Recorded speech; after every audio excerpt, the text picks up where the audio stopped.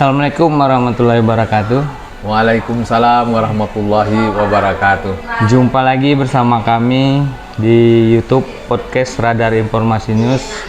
Dan siang ini kita sudah ada narasumber yang sangat berkompeten, di mana siang ini kita akan membahas terkait peta konstelasi politik di Provinsi Bengkulu dan Kota Bengkulu. Untuk itu kita sapa dulu tamu kita hari ini. Beliau ini dari fraksi Golkar DPRD Provinsi Bengkulu dan terpilih kembali menjadi Dewan Provinsi Dapil Kota Bengkulu dari Partai Golkar. Kita sapa dulu Pak Sumardi. Ya, Pak. Ya. Apa kabar Pak? Alhamdulillah sehat. Alhamdulillah sehat. Ya. Apa tadi Pak aktivitas hari ini dari pagi sampai siang ini tadi Pak? Dari pagi kita rapat banggar di dalam rangka pembahasan KUA PPAS untuk 2024 yang perubahan ya. Dan ini lanjut sesudah Zohor kita lanjut lagi untuk membahas KUA PPAS 2024 ini lah yang perubahan ya. Tadi lama di Masjid Raya ada Pak? Oh, kalau di masjid itu wajib itu. Wajib. Dari sekian banyak wajib itu yang paling wajib. Ke masjid Pak ya? Ya, ke masjid. Oh iya. Jadi Pak, kita nih hari ini bincang-bincang mampir di podcast YouTube Radar Informasi dan kita tengok kini tuh Pak, semakin mendekati pendaftaran Pilkada Pak. Ya. Tanggal 27 sampai 29 Agustus akan dimulai pelaksanaan pendaftaran. Nah, untuk di Golkar sendiri Pak, Golkar ini kan menarik Pak. Kalau kita lihat-lihat sekarang ini Golkar ini punya 10 kursi DPR Provinsi. Ya. Punya 3 kursi DPRD Kota Pak ya. Ya. Nah, untuk Pilkada baik Provinsi dan Kota ini, Golkar ini ke depan seperti apa? Akan mengusung kader sendiri atau gimana Pak? Kalau untuk Provinsi Bengkulu, itu sudah pasti kita akan mengusung kader terbaik kita, yaitu Bapak Profesor Dr. Rohidin Mersa MMA, yang menjabat sebagai Ketua DPD Golkar Provinsi Bengkulu, sekaligus adalah beliau Gubernur Bengkulu. Dan beliau adalah calon tunggal yang akan diusung oleh Partai Golkar untuk menjadi Gubernur Bengkulu 2024-2029. Berpasangan dengan Ibu Meriani, pengusaha yang siapa tidak tahu adalah yang di Bengkulu adalah sudah terkenal ya. Itu udah final pasangannya Ibu Meriani Pak? Pasangannya sudah final ya. Nggak akan berubah lagi Pak? Insya Allah 99% tidak berubah lagi ya. Karena sudah mendapat rekomendasi dari Ketua Umum DPP Partai Golkar, dan insya Allah nanti juga akan menyusul dari Partai PKS dan sudah mendapat rekomendasi dari Hanura, dan insya Allah ada beberapa partai lagi akan memberikan dukungan B1 KWK kepada Pak Rohidin Mersa ya, dan Ibu Meriani. Pak, jadi kan ada selentingan-selentingan sekarang itu mengatakan bahwa Pak Rohidin ini udah 2 periode, Pak Rohidin ini kemungkinan nggak bisa maju lagi.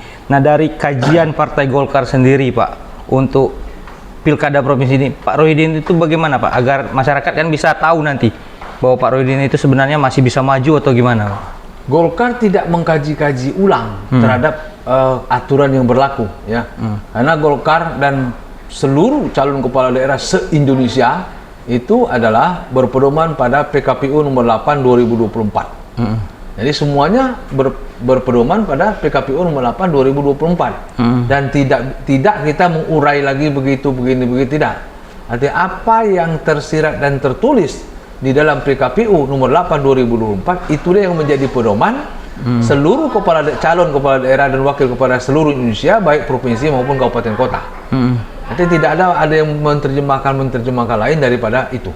Jadi termasuk Pak Rohidin Mersa dengan Ibu Meriani adalah mencalonkan diri sebagai Gubernur dan Wakil Gubernur Bengkulu berdasarkan PKPU nomor 8 2024. Tidak menerjemahkan seperti apa yang diterjemahkan orang lain.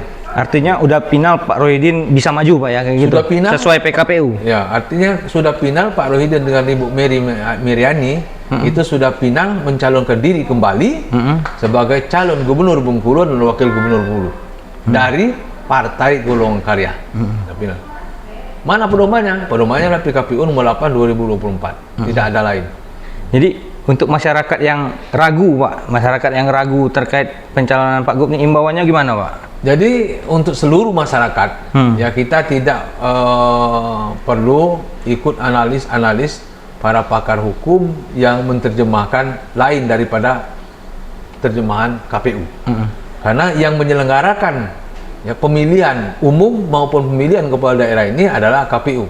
Yang membuat aturan syarat-syarat untuk menjadi calon kepala daerah maupun wakil kepala daerah itu adalah KPU. Keputusan mana? Keputusan PKPU nomor 8 2024. Artinya yang mereka itu pasti sudah menyadur dari peraturan perundangan yang lebih tinggi, ya kan? Nah, jadi tidak ada keraguan lagi bahwa Pak Rohidin Mirsa dan Ibu Meriani adalah memenuhi syarat dan sah untuk mencalonkan diri kembali menjadi Gubernur Bengkulu 2004-2009. Ya. Jadi itu di sana tidak perlu ragu lagi, sudah dijawab oleh Pak Sumardi bahwa Pak Rohidin Mirsa bisa maju lagi menjadi Gubernur Bengkulu yang akan datang, ya Pak? Ya, yang akan datang. Ya. Insya Allah berpasangan dengan Ibu Meriani. Nanti kapan deklarasinya, Pak, rencananya, Pak? Kita cari yang sangat momen yang paling tepat, termasuk tempat dan waktunya. Masih dipertimbangkan. Nah, itu perlu dianalisis oleh pengurus Golkar Kabupaten Kota dan Provinsi, di mana dideklarasikan, kapan dideklarasikan. Nah, itu nanti kita pertimbangkan waktunya. Ada kemungkinan apakah nanti sesudah mendaftar ke KPU atau sebelumnya, itu nanti Pak Ketua dan pengurus nanti akan membahas tentang itu kapan yang paling tepatnya. Ya. Tapi ya, walaupun belum secara resmi dideklarasikan, semua masyarakat sudah tahu, termasuk kemarin pada saat gerak jalan santai 70 tahun Pelita Agung Konser itu sudah merupakan bagian integral dari menginformasikan kepada masyarakat bahwa Ibu Meriani dan Pak Rohidin Mirsa dan Ibu Meriani itu adalah mencalon gubernur dan wakil gubernur Bengkulu periode 2024-2029. Ya, itu rame kemarin, Pak, ya? Yang itu muri sebelumnya pecah lewat. Ya, rekor muri, Pak, ya. Nah, Pak, jadi itu terkait pilkada provinsi. Untuk pilkada Kota Bengkulu, Pak, kita kan juga akan melaksanakan pilwakot. Kemarin itu kan ada salah satu kader Golkar itu nama Pak Soleh yang digadang-gadang akan maju calon wali kota. Nah, sekarang ini Pak Soleh sendiri mundur. Nah, siapa yang kira-kira akan dimajukan oleh Golkar untuk di pilkada kota itu, Pak? Untuk Golkar, ini kan kita nilai bergeningnya tidak sama dengan provinsi kan. Kenapa? Karena Golkar kursinya hanya 3 di kota. Nah, kalau itu siapa nanti akan yang didukung oleh Golkar akan melihat hasil survei tertinggi. Nah, dan ini tentu aja akan mengikuti mekanisme partai. Nanti partai Golkar itu yang maunya menang itu kader sendiri mencalonkan sendiri dan menang. Nah, kemudian dari luar dikaderkan menjadi kader Golkar, kemudian masuk Golkar, mencalonkan diri, didukung, menang. Itu calon bupatinya. Nah, kemudian kita ada calon bupati dari kita, kemudian dia sebagai wakil bupati atau wakil wali kota yang kita dukung, menang. Yang keempat, kita memberikan dukungan kepada orang itu yang tidak sama sekali kader kita tapi menang. Gitu. Pak, ini kan untuk Golkar menang itu tentu ada persyaratan-persyaratan yang akan kita lalui sesuai mekanisme partai. Artinya akan dilihat nanti siapa yang akan yang mendapatkan endorse tertinggi sementara. Artinya ini kan belum final kan. Artinya kan popularitasnya sudah bagus, kemungkinan elektabilitasnya juga bisa sesuai dengan harapan Golkar menang. Nah, ini masih mengikuti mekanisme partai yang berlaku. Jadi saya belum bisa menginformasikan siapa, tapi artinya dari antara orang-orang yang sudah menampakkan mukanya akan maju pilwakot yang akan datang ini, itulah kira-kira nggak akan jauh-jauh dari situ. Ini kan Pak, pendaftaran ini nggak sampai sebulan lagi, Pak.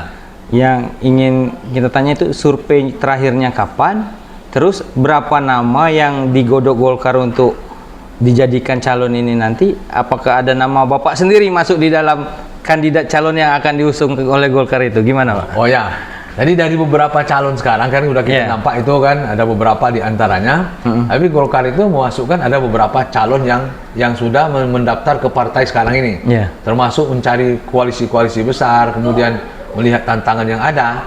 Nah, di sini Golkar ada memasukkan tidak hanya satu calon, artinya kalau ada beberapa komparasi antara beberapa calon, nanti kita lihat yang paling tinggi di antaranya itu kita akan bergabung sama mereka. Ya. Dan Siapa aja namanya tuh Pak? kalau untuk mungkin koalisi Indonesia Maju kemungkinan tidak, karena di kabupaten sifatnya ini kan provinsi mungkin. Tapi kan saya tidak etis lah rasanya menyebutkan nama orang-orang itu. Berapa nama Pak? Mungkin sekitar 3 nama lah. 3 nama. Ada nama Bapak di sana? Tidak. Nggak masuk. Ngapa nggak Pak Sumardi aja masuk? Kan kader tuh. Karena saya tidak ikut mencalonkan, gitu kan. Saya tidak tempo hari ya, pada saat di awal rekomendasi ada nama saya, tapi saya dari awal menyatakan tidak akan calon, karena saya udah calon di DPRD Provinsi Bengkulu, dan alhamdulillah dikabulkan Yang Maha Kuasa. Nah, kita berikan kesempatan kepada orang untuk berkiprah di bidang eksekutif gitu. Kapan kira-kira Pak itu nanti sudah ketahuan calon yang akan diusung Golkar? Sesungguhnya sekarang ini kita udah nampak itu. Hanya tinggal menunggu keputusan dari final dari DPP. Ya. Siapa di antara nanti dari beberapa calon itu yang akan ditetapkan menjadi calon dan wali kota dan wakil wali kotanya. Kan? Nah, nanti ketika ditetapkan di pusat itu, insya Allah dia sudah berpasangan. Gitu. Jadi itu tadi. Jadi saya katakan sekali lagi, dari ada kurang lebih 3 calon itu, kemudian tapi pada survei itu belum menunjukkan calon wakilnya. Ya kan? Tapi sekali lagi saya mengapresiasi yang setinggi-tingginya kepada seluruh warga Kota Bengkulu yang mengendorse terhadap saya, tapi saya sekali lagi menyatakan tidak calon wali kota Bengkulu ya. Nah itu buat pendukung Pak Sumardi, ya, beliau udah nyampaikan itu bahwa beliau belum maju untuk di Pilwakot kali ini. Mungkin Pilwakot akan datang Pak ya. Ya kita lihat sikolah ya kan Pak. Ya mudah-mudahan sehat ya Pak, sehat dan umur panjang, banyak rezeki, maju calon wali kota ya Pak nanti. Insya Allah. Insya Allah. Jadi itulah pemirsa, kita bincang-bincang tadi terkait Pilkada Provinsi. Golkar tetap akan mengusung Pak Rohidin bersama Ibu Meriani ya Pak. Ya. Dan untuk Pilkada Kota, Golkar masih menunggu keputusan DPP dan melihat hasil survei terakhir mungkin ya Pak ya. Dan sudah ada beberapa nama yang digodok, sedangkan Pak Sumardi sendiri beliau belum maju di Pilwakot kali ini. Nah, jadi itu pemirsa bincang-bincang kita dengan Pak Sumardi. Terima kasih Pak, kami sudah diberi waktu, dan lain kali kita podcast lagi. Kepada seluruh pemirsa, saya ucapkan selamat, sehat selalu, sampai kita Pilkada aman dan nyaman. Nanti pemenangnya adalah Rohidin Mersa Ibu Meriani, dan kota kita harapkan juga yang didukung Golkar itu yang menang. Mantap. Mantap. Ya.